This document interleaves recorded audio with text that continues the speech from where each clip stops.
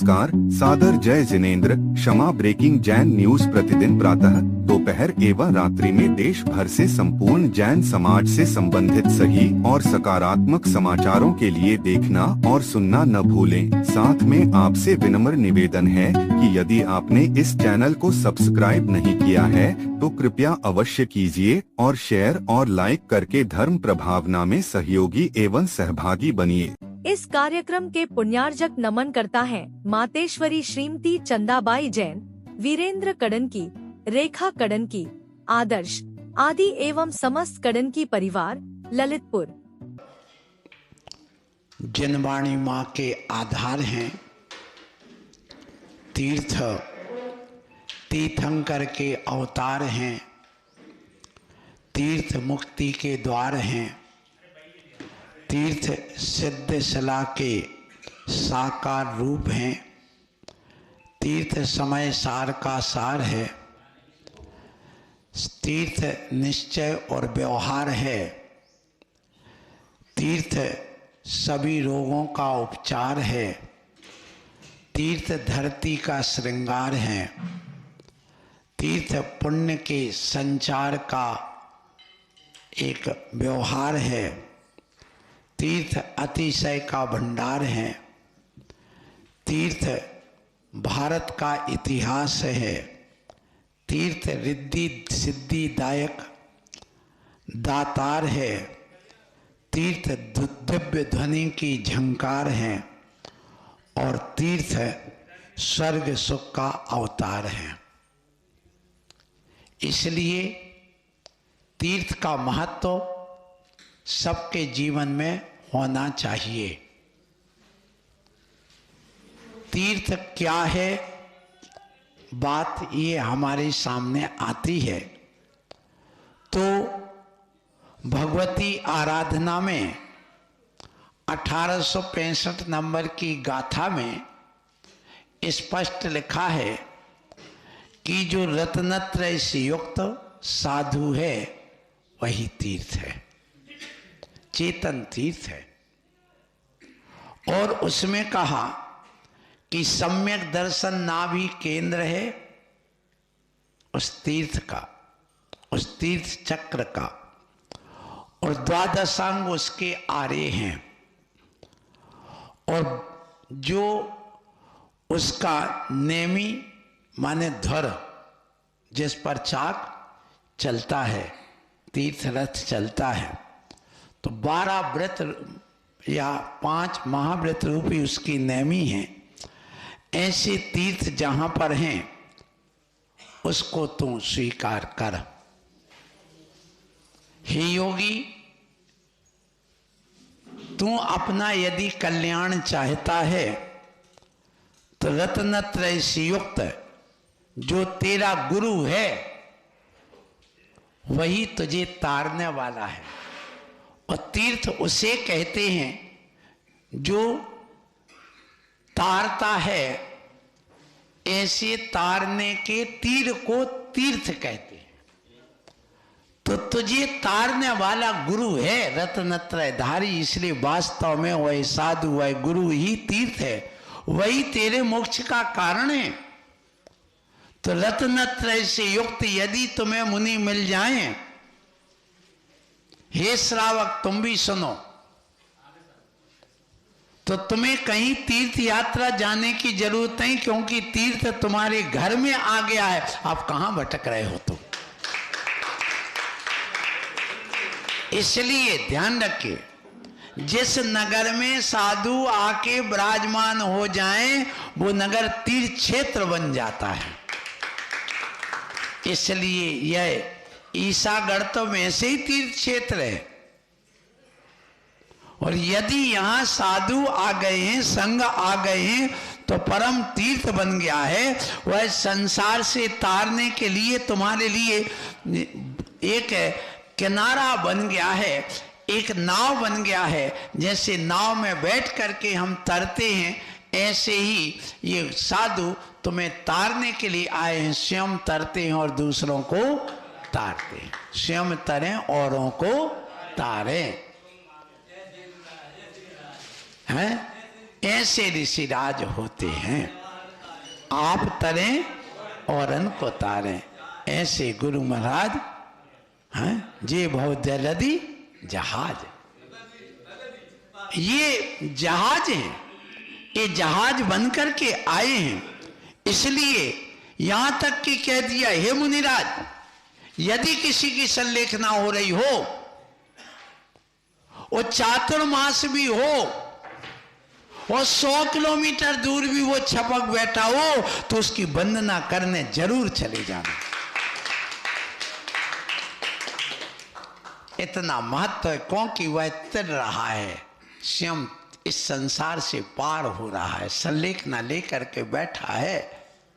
यदि तू ऐसे साधु की वंदना कर ले जिसकी संलेखना हो रही हो, तो वो तो तरेगा ही, तू भी तर जाएगा, तेरे अंदर भी वो भावना जागृत हो जाएगी। दिन रात मेरे स्वामी मैं भावना ये भाऊं, देहांत के समय में धर्मात्मा चर्चा धर्म सुगमाए, वे सावधान रखें गाफिल न होने, दिन रात मेरे स्वामी में भावनाए भाऊं। इसलिए ये गुरु तुमसे लेने नहीं आए, देने आए हैं। दादा किसे कहते? जो दे वो दादा, और लाला जो लाओ लाओ लाओ, वो कौन है? लाला। तो हमारे ये दादा गुरु हैं, भगवान ये दादा हैं, देने का काम करते। इसलिए आप यहां पर आए हैं, कितने साल रह रहे हैं, इसलिए अपने घर को, अपने इस मंदिर को, अपने समाज को तीर्थ मानो, तारने का मानो, तीर्थ क्षेत्र मानो। घर में भी रहो तो धर्मशाला मान करके रहो। राजेश भैया हैं, कहाँ है मनीष? सोचो, विचार करना। बोलो डॉक्टर साहब कहाँ गए? पीछे बैठे हैं। हमने कही थी आगे आओ, भी पीछे ही छुप रहे हैं, करें का? इसलिए तो छुपे बैठे रहते, काम नहीं बनता है। सो मेरा ये कहना है आप लोगों से, सुनो कि यहां पर आप जब भी साधु आ जाएं तो उनके पीछे लग जाना, पीछे लग जाना, गुरु के आगे नहीं, गुरु के पीछे रहना और घोड़ा के आगे रहना। घोड़ा के पीछे लगोगे तो लातें खाओगे, और राजा या गुरु के आगे रहोगे तो भी लातें खाओगे। ये ध्यान रखना। इसलिए सावधान रहो, हमेशा गुरु के पीछे चलने की बात करना चाहिए। सो ऐसे तीर्थ तुम्हारे नगर में आए हैं, उनकी सेवा कर लेना। अब इनके पास जाके तुम क्या कर सकते हो? कल रात में हमारे पास आए लोग, कहने लगे महाराज हमारे लिए तो ये बताओ, भैया वृत्ति का महत्व बताओ। तो भैया वृत्ति यही है कि तीर्थ आया है तुम्हारे नगर में, अर्थात साधु आए हैं रत्नत्रय, जिनके 3 तीर हैं। तीर जानते ना, बाण, धनुष बाण में तीर चलाते ना, कितने? 3 तीर। त्रिवेणी, सम्यक दर्शन, सम्यक ज्ञान, और एक तीर चलाते हैं तो मिथ्या तो चला जाता है और सम्यक प्रकट हो जाता है, जिसको कहते हैं सम्यक दर्शन। दूसरा तीर चलाते हैं तो अज्ञान मिट जाता है, अज्ञान हार जाता है और सम्यक ज्ञान प्रकट हो जाता है। तीसरा तीर चलाते हैं तो जो मिथ्याचारित है वो सब गायब हो जाता है, कुचारित है वो चला जाता, सम्यक चारित प्रकट हो जाता है। और जब ये तीनों तीर से मिथ्या दर्शन, मिथ्या ज्ञान, मिथ्याचारित को हटा दिया जाता है, सम्यक दर्शन ज्ञान चारित प्रकट हो जाता, उसके बाद में वह स्वयं पूज्य हो जाता, तीर व तीर्थ बन जाता है और वो स्वयं तरता है और दूसरों को तार देता है। इसलिए ऐसे गुरु आपके नगर में आए हैं, इसलिए उनकी वैयावृत्ति जरूर कर लेना। वैयावृत्ति क्या है? गुरु की पूजा करना, उनके दर्शन करना, उनको नमन करना, ये वैयावृत्ति है। पहली वैयावृत्ति। दूसरी वैयावृत्ति, गुरु आए हैं तो भोजन बना लेना, और भोजन शुद्ध बनाना, स्वयं शुद्ध करना और गुरु को शुद्ध कराना। सो गुरु उद्दिष्ट से बच जाएंगे और श्रावक उद्दंड से बच जाएगा,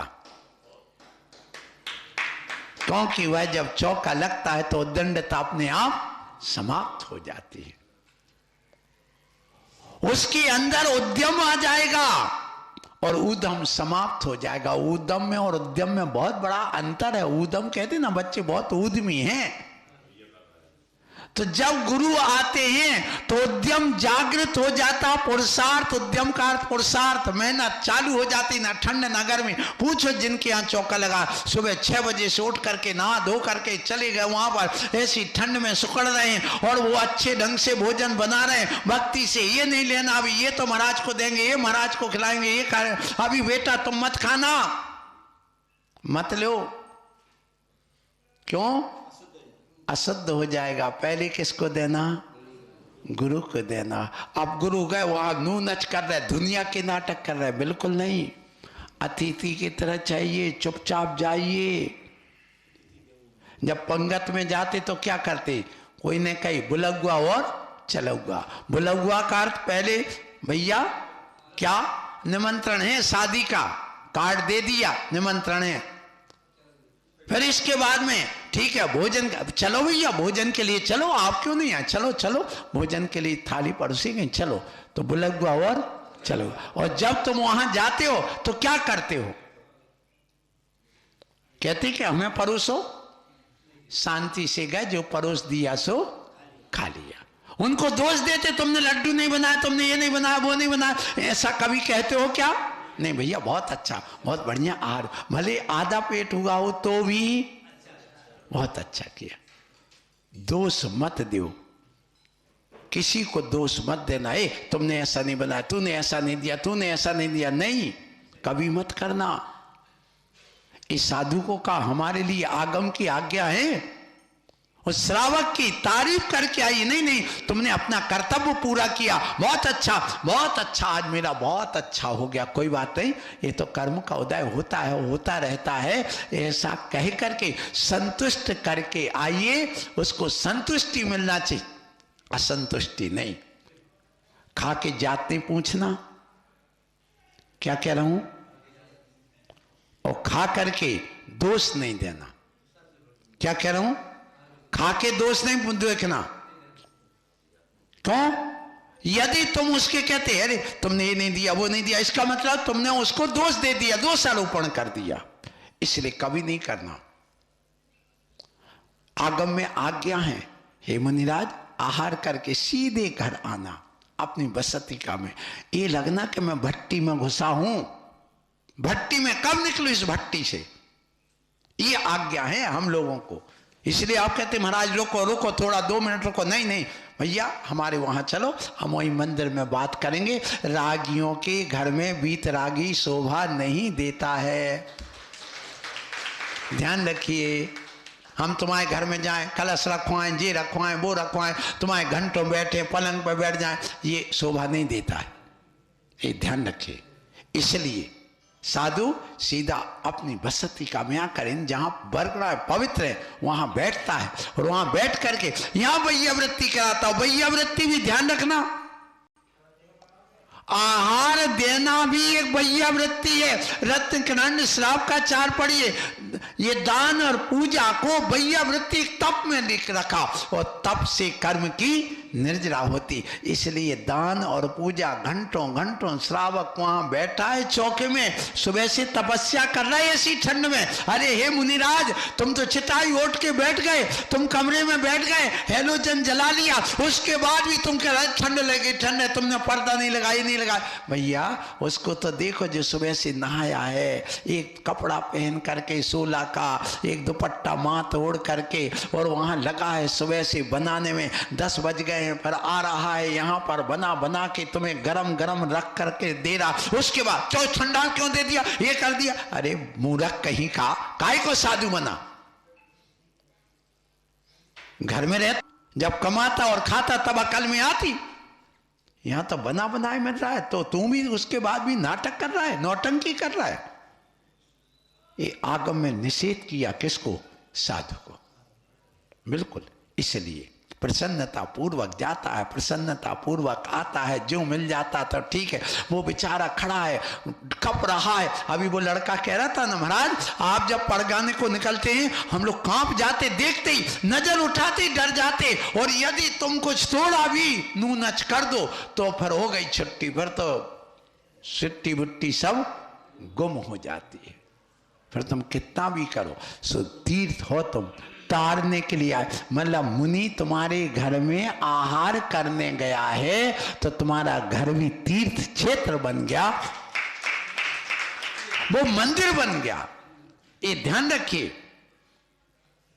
जिस दिन तुम्हारे घर में गुरु के चरण पड़ जाएं उस दिन धन्य धन्य हो गए, तुम्हारे सारे वास्तु दोष समाप्त हो गए। ये ध्यान रखना। क्यों? जिस स्थान पर मंदिर में, ध्यान रखना, मंदिर तोड़ने की बात आए तो सुन लेना पहले। यदि 1 करोड़ जाप हो गया हो, मंत्र जाप, बताइए जब से तुम्हारा ये मंदिर बना 1 करोड़ जाप हो गया होगा कि नहीं? अध्यक्ष जी हो गया होगा। जहां 1000 विधान हो जाए, 100 साल की प्रतिमा हो जाए, वहां सारे वास्तु दोष समाप्त हो जाता, कोई दोष नहीं होता वहां, कैसा भी बना हो। इसलिए उसको तोड़ने की जरूरत नहीं है। ये ध्यान रखो। हाँ, उसी में सुधार करिए, सुधार करिए, तोड़िए मत, मिटाइए मत उस इतिहास को। वो पुरातत्व की धरोहर हो जाती 100 साल के बाद। इसलिए अपना इतिहास नहीं मिटाते हम। सो इसी प्रकार से जब तुम्हारे घर में मुनिराज जाते हैं, और मुनिराज आपके घर में गए और वहां पर बैठ गए, तो सुन लो तुम्हारा घर मंदिर बन गया। भैया क्या नाम? सुधीर, सुनील, ये बताओ तुम्हारे यहाँ का मरघट कहाँ है? मरघट कहाँ है तुम्हारे यहाँ? घर में ही है ना? किसने बताया? सुनिए, जिसको तुम मरघट कहते हो वो मरघट नहीं है। मरघट उसे कहते हैं, घट माने शरीर से जहां प्राण निकले उसका नाम क्या है? मरघट। जहां पर प्रतिमा रखी जाए वो क्या है? मंदिर। जहां प्रतिमा रखी गई वो मंदिर है, और जिस शरीर से जहां प्राण निकले वो मरघट है। अब बताइए, जहां पर प्रतिमा है, और प्रतिमा 2 प्रकार की हैं, एक जंगम और एक अजंगम। जंगम प्रतिमा और अजंगम का अर्थ एक चलने फिरने वाली चेतन प्रतिमा और एक अचेतन जड़ प्रतिमा। ये 2 प्रकार की प्रतिमाएं हैं। यहाँ मंदिर में कौन सी है? अचेतन। और ये मुनिराज की प्रतिमा कौन है? चेतन, अजंगम प्रतिमा। अजंगमम जंगम ने यंत्रम यथा तथा जीव धृता शरीरम विवस्व पोती चैताम कम बड़ी स्नो वृथाति स्तम समाख्या। ये क्या है? शंभु स्त्रोत में लिखा समंत भद्र स्वामी ने। ये 2 प्रकार की प्रतिमाएं हैं। हे श्रावक सुन लो, तो जिस समय तुम्हारे घर में मुनिराज पहुंच जाते हैं तो कैसे पहुंचते? बिना बुलाए नहीं। हे स्वामी आत्रो आत्रो आत्रो। यहां पूजा के समय आत्र आत्र, वहां पर आत्रो। तिष्ठो तिष्ठो, ठहरो ठहरो, ठीक है ना? ठहर गए। फिर यहां तिष्ठ तिष्ठ, ठाए ठाए। फिर वहां पर स्थापनम, और वहां पर उच्चासन ले गए आप मंदिर में। फिर वहां यहां आपने अभिषेक किया तो यहां चरणों का अभिषेक किया घर में जाने के बाद मुनि महाराज के। फिर इसके बाद में वहां पर अब देखिए मुनिराज पहुंच गए, पार्टी पर बैठ गए, यूं बैठे 1 घंटे तक या 1 घंटे तक खड़े हैं, आप पूजा कर रहे हैं और आपने अष्ट द्रव्य से पूजा कर ली है। तो यदि आपका पूजन करने का नियम है कि हम पूजा करके ही आहार करेंगे, और यदि तुम्हारे घर में तुमने मुनि महाराज को पड़गा लिया, बैठा दिया, चरणों का अभिषेक कर लिया, अष्ट द्रव्य से पूजा कर ली और देव शास्त्र गुरु का पूजा कर मैंने अर्घ चढ़ा दिया, तुम्हारी पूजा क्रिया पूरी हो गई। अब मंदिर में पूजा करने की कोई जरूरत है, उसको कोई दोष नहीं है, उसकी पूजा पूरी हो। देव शास्त्र गुरु रतन सो 3 रतन करतार, भिन्न भिन्न कहूं आरती अल्प सुगुण विस्तार। ये क्यों कहा? वहां अल्प सुगुण विस्तार माने या तो छोटे रूप में या बड़े रूप में। देव शास्त्र गुरु ये रत्न है, अब गुरु के सामने कर लिया तो पहले तुमने प्रभु के सामने गुरु की पूजा की थी, अब गुरु के सामने प्रभु की पूजा कर ली, बस बात बराबर हो गई। तो वहां पर तुमने अर्घ चढ़ा लिया, पूजा कर ली। तो जैसे मंदिर में प्रतिमा अचेतन है सो तुम इसको मंदिर कहने लगे, और जब मुनि महाराज तुम्हारे घर में बैठ गए और पूजा करने लगे तो मरघट भी तुम्हारा मंदिर बन गया उतने समय के लिए। ये क्यों भावना नहीं आती है, क्यों ऐसे विचार नहीं आते तुम लोगों के? विचार करिए। वहां पर ये भैया वृत्ति है मुनि महाराज की, यदि तुम हाथ पैर दबा रहे और पेट खाली चला जाए तो कितना भी तुम दबाते रहो तो पेट तो भरेगा नहीं। हाँ, ऊपर से बाह्य उपचार कर लेते हो तो दान और पूजा भैया वृत्ति है। वहां पर जो नारी कहती ना महाराज हमें भैया वृत्ति, तुमने यदि शुद्धि पूर्वक अच्छा भोजन बना दिया और अच्छे ढंग से निरंतर आहार करा दिया तो ये दिन भर हाथ पैर दबाते रहे और तुम्हारे 1 घंटे में आहार करके आ गए तो तुम्हारे लिए पुण्य ज्यादा है। दिन भर हाथ पैर दबाने में इतना पुण्य नहीं है, ध्यान रखिए। इसलिए बहुत अच्छा तुम लोग यहाँ पर मुनि महाराज को पड़गा करके आहार दे रहे। सो वहां पर यहाँ पर अष्ट द्रव्य से पूजा तो घर में अष्ट द्रव्य से पूजा, फिर उसके बाद आहार करके सिद्ध भक्ति करके महाराज को तुम यहां तक लेके आए, ये विसर्जन हो गया। बस अब जाओ महाराज, हमारे घर में नहीं बैठना, नहीं तो हम धंधा पानी कब करेंगे, हम भोजन कब करेंगे, हम बच्चों को कब खिलाएंगे, नौकर चाकर को कब खिलाएंगे, तुम आधा घंटे वहीं बैठे रहे। अब बेचारा क्या करे, तुमसे कह नहीं सकता कि तुम जाओ। विचार करना, क्योंकि अकेले तुम नहीं, उसके लिए हमारे बेटा बेटी भी हैं, नौकर चाकर हैं, दुकानदारी है, सब तो लगी है ना उसके। उससे पूछो कितने काम होते हैं। इसलिए वहां तो जल्दी करो, जल्दी भैया तुम अपना काम देखो, हम तो चले, हमारा काम हो गया, बस अब तुम अपना काम करो। ये बात वहां पर कही जाती है। इसलिए हे श्रावक, तुम बहुत बड़ा पुण्य कमा रहे, धर्म कर रहे, भैया वृत्ति कर रहे। अब आती है भैया वृत्ति की बात एक और, कौन सी? जो तुम लोग सुबह शाम आते हो हाथ पैर दबाने के लिए, शाम को आते, ये जरूर करिए। व्यावृत्ति का नाम भैया वृत्ति, सेवा का नाम भैया वृत्ति। गुरु की सेवा कैसे करते हो? जब भी तुम भैया वृत्ति करने आओ गुरु के पास तो शुद्ध प्रासुक तेल लेकर के आओ, एक नैपकिन वगैरह लेके आओ। ऐसा ना हो कि तुम तो तेल लगा के चले गए, घी लगा के चले गए। एक बार ऐसा हुआ था क्या, एक मुनि महाराज बैठे हैं और देखा धूप में महाराज तपस्या कर रहे हैं, मई जून के महीना में, तो वो सिर में घी लगा के चले गए। अब चींटी आ गई, चींटी आ गई, अब पूरे शरीर में वो घी बह करके नीचे तक और पूरे में काटने लगे। अब महाराज बैठे हैं सर मान करके। अब इतने में 2 बरेदी आए। बरेदी जानते हो ना कौन कहलाते हैं? ढोरों को चलाए वो बरेदी, और जो मास्टर को चलाए माने जो बच्चों को पढ़ाए वो मास्टर, वो भी तो बच्चों का बरेदी है ना। हाँ, एक चलाए, एक पढ़ाए और एक चलाए, तीनों है। तो हम भी तो बरेदी हैं। इनको हाँक रहे सबको, जी बैठे देखो, इन ढोरों को हाँक रहे, चलो आगे चलो, आगे चलो, आगे चलो। हाँ, है? तो मतलब ये हो गया कि आचार्य भी बरेदी है, सारी समाज को हाँक रहा और संघ को हाँक रहा है। चलो आगे चलो, बड़े चलो, बड़े चलो, बड़े चलो, हाँकने का काम करते हैं। सो बात ये आई कि मुनि महाराज के लिए आप लोग वैयावृत्ति करते हैं तो कैसे करना, प्रसंग ये है। उनको पहुंच करके आओ। तो वो जो बरेदी थे, गाय भैंस को चलाने वाले ग्वाला, सुबह गन्ना खा रहे थे, चूस रहे थे गन्ना। सुनने का रे ए बाबा ओ नंगा खूब हंसे और छलका। उन्होंने क्या किया, खा करके चबा करके महाराज के ऊपर फेंक दिया। तो क्या हुआ फिर, सारी चींटी किसमें आ गई, सब गन्ने पे आ गई। अब उनके शरीर से पूरी चींटी गन्ने पे से उन गड़ेरी पर जो होती ना चूसने वाली, उसमें लग गई, निकल गया। अब बताओ पुण्य किसने कमाया और पाप किसने कमाया?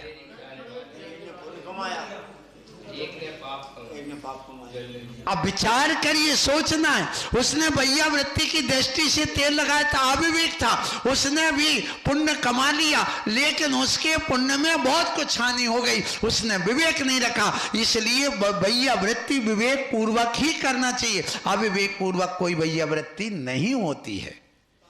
इसलिए आप लोग आते हो, महाराज को पहुंच के जाओ और अच्छे ढंग से उनके कहाँ कैसे पॉइंट दबाए जाते ये सीख करके आओ।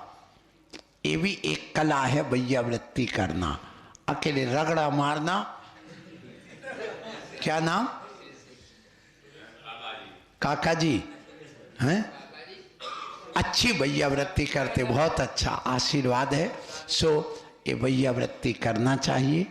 जिनके व्रत उपवास आदि होते घर में भी करिए, घर में भी सेवा करिए। व्यावृत्ति का अर्थात जो आपत्ति विपत्ति आई है उसी को निवारण करने का नाम क्या है, वैयावृत्ति। व्यावृत्ति से वैयावृत्ति बना है कि जो आई हुई शारीरिक मानसिक वाचनिक तकलीफ है उसको हटाना क्या है, वैयावृत्ति। तो हम भी तुम्हारी वैयावृत्ति करें, उपदेश दे करके तुम्हारे जो आदि व्याधि उपाधि जो भी है, मानसिक शारीरिक आदि जो भी तकलीफ है, उनको हम उपदेश से निकाल रहे। तो गुरु भी आपकी वैयावृत्ति कर रहे हैं उपदेश दे करके।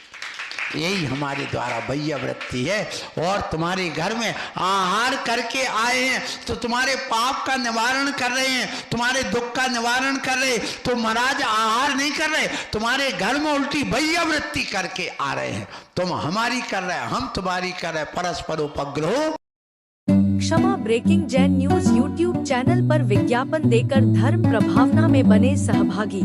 विज्ञापन देने हेतु संपर्क कीजिए मोबाइल नंबर 9026900740 एवं समाचार एवं वीडियो भेजने हेतु WhatsApp number 9335236222। Kshama breaking Jain news YouTube channel देखने के लिए आपको बहुत बहुत धन्यवाद। सादर प्रणाम, सादर जय जिनेंद्र।